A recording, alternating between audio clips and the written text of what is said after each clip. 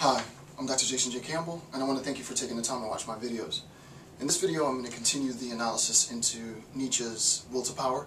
Specifically, I'm going to begin with section 5.1, and we're going to look into some of the characteristics of weakness, and also continue this discussion into the notion of exhaustion. What does it mean to be exhausted, technically? What is the concept of exhaustion? How does it apply to both pessimism and nihilism? And ultimately, what understanding can we have with respect to Nietzsche's approach to systematically talk about sort of this new modern worldview, this new modern conception of the world? As we said in previous videos, as I said in previous videos, we have to make sure that we're not equivocating in our use of the term world with respect to its approach to nihilism.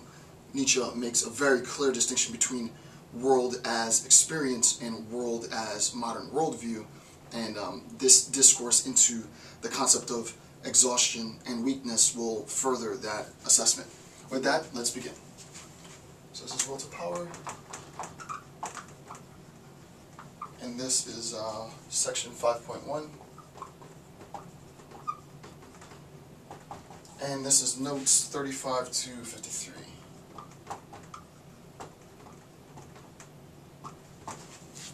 Alright, so the first thing is to discuss the four characteristics of weakness. Nietzsche actually discusses it, and let me get my book.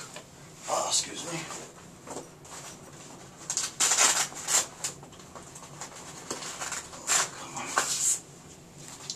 Of course, we're going to be using the Walter Kaufmann translation. So Nietzsche talks about the four characteristics of weakness.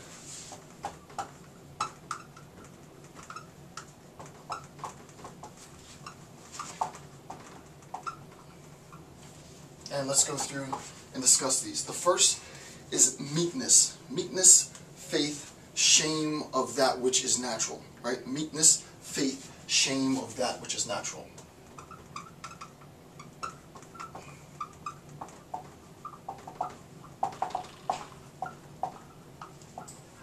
Right? Emphasis on this idea of being natural. We saw in the last this discussion that the distinction between worldviews, right? The worldview that results from a collapsed state of the highest values being devalued, right? That state of affairs is a condition for pessimism. The worldview that our understanding of our embodiment, our physical existence, that it's improper to say that that is the cause of pessimism.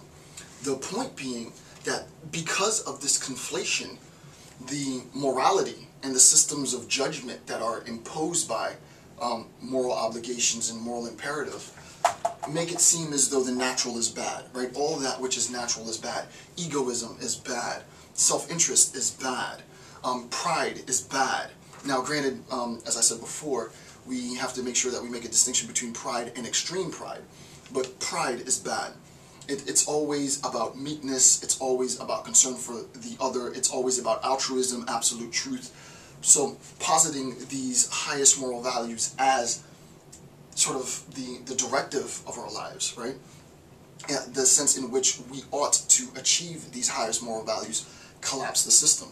It always looks, it being this attempt to aspire for some moral prescription, always, according to Nietzsche, when it's absolute, when it's monolithic, when it's this unified, absolute moral obligation, it always demonizes the natural, right? So it's what is natural becomes shameful, right?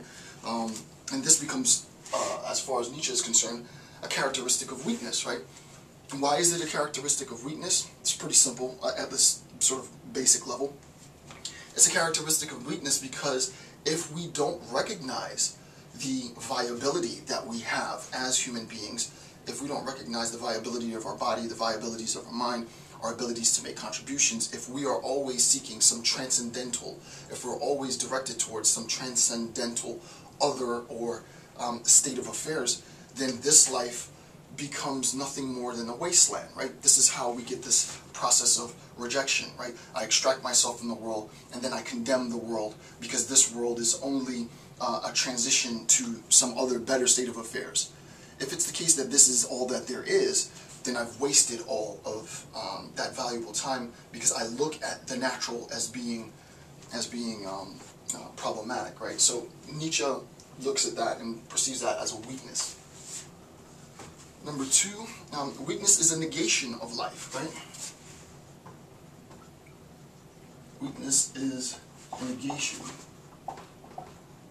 of life. Right? It's a negation of life, right? It's a denial of life.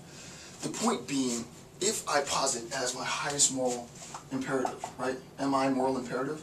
Here's where I am. Here's where I ought to go. Right?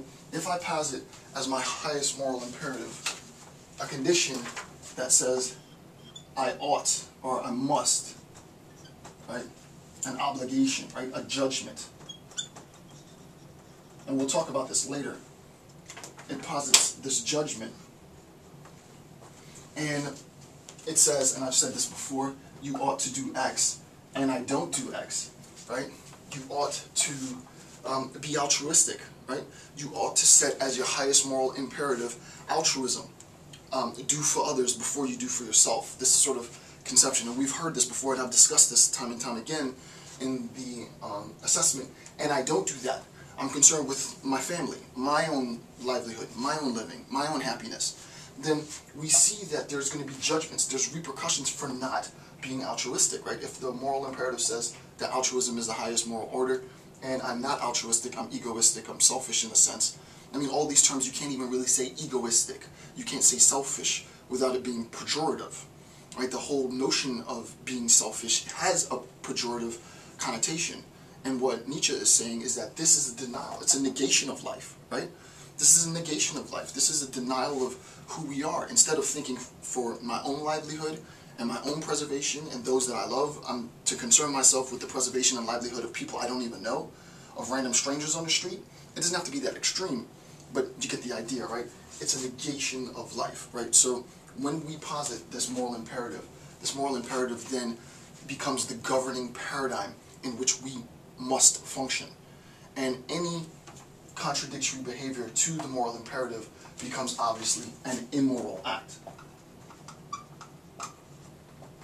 Right? This is the basis for immorality. Immorality is an action that does not conform to the moral imperative. Moral imperative says do X, I don't do X, therefore I have engaged in an act of immorality.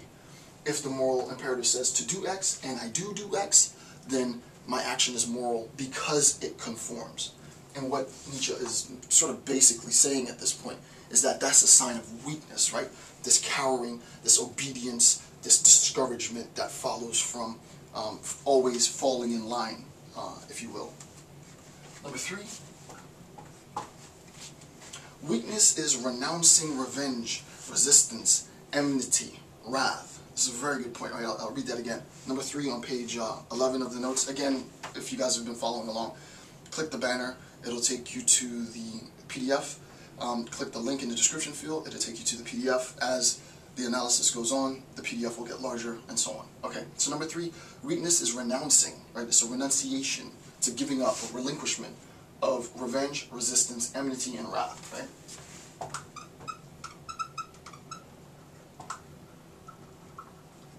Revenge, resistance, enmity, and wrath. Right? It's weak, right? It's a sign of weakness to renounce revenge, resistance, enmity, and wrath. Right? The wholesale renunciation of anger on all possible conceptual levels is wrong, categorically. That's a sign of weakness, right? There is a point in time, there is an appropriate expression of rage. And with respect to revenge, there is an appropriate expression with respect to revenge. Obviously, we see this is completely set, and I think willfully. Now, this is my interpretation, and it might be wrong for saying this, but my interpretation is that this notion of revenge, this idea that we're going to renounce revenge as a sign of weakness, is in direct opposition to sort of the Christian conception of turning the other cheek, right? Turning the other cheek is a denial of revenge. you hurt me, I'll give you another cheek so that